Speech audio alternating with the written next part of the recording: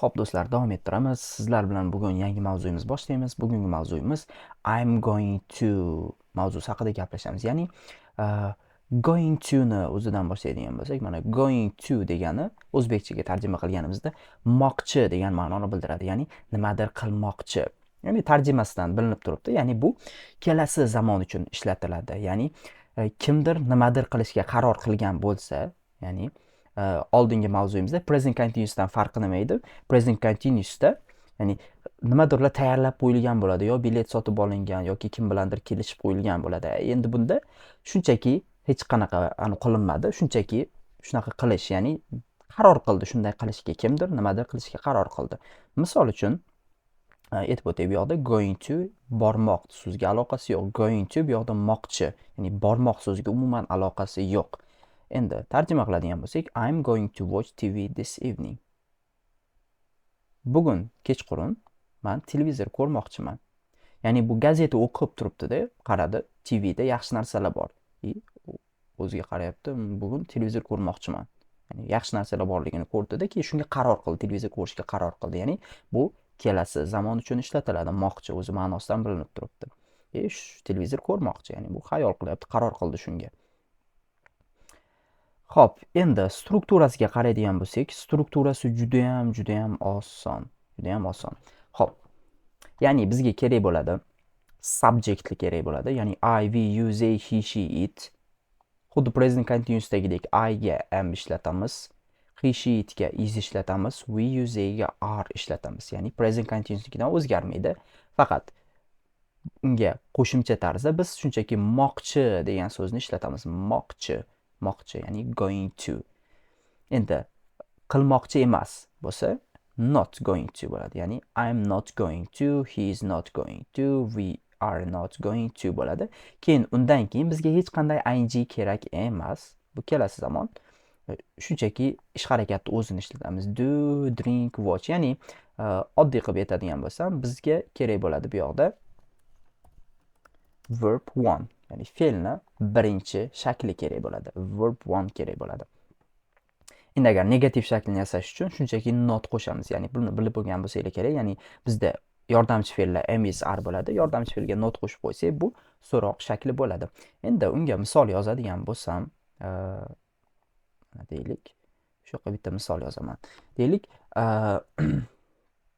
bugun dam olmoqchiman.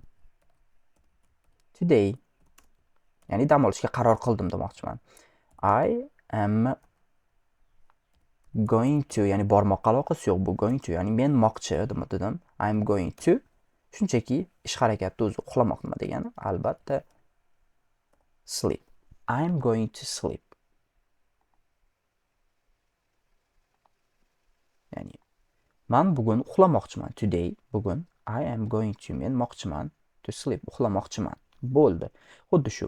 Endi agar siz so'roq shaklini yasamoqchi bo'lsangiz, albatta o'sha logika bo'yicha am, is, are subject, ya'ni I, we, you, they, he, she, it, ya'ni egalardan oldinga o'tadi.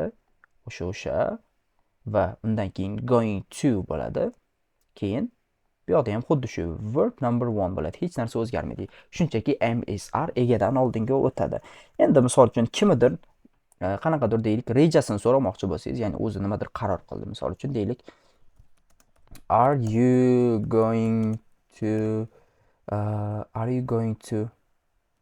fly to, let's say, to the USA?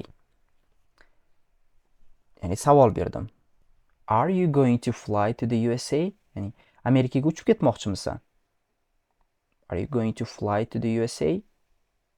Bu hech qanaqa bilet sotib olmadi, ya'ni shunchaki qaror qildi. Hali hech qanaqa USA ga uchib ketish uchun hech narsa qilmadi hali, shunchaki qaror qildi. Endi so'rayman, are you going to fly to the USA?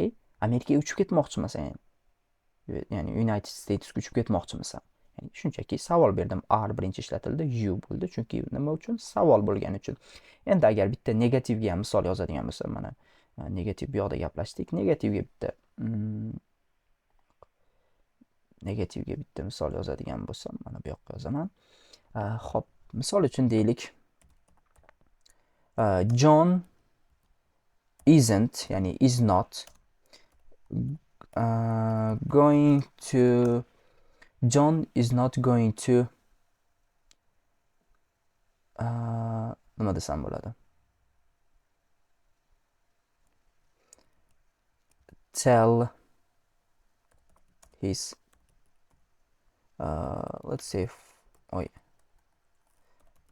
father. Ya'ni John isn't, ya'ni not going to, ya'ni moqchi emas. Tell, aytmoq, his father, ya'ni John otasiga aytmoqchi emas. Ya'ni John otasiga aytmaslikka nima qildi? Qaror qildi. Xuddi shunaqa ma'noda ishlatiladi.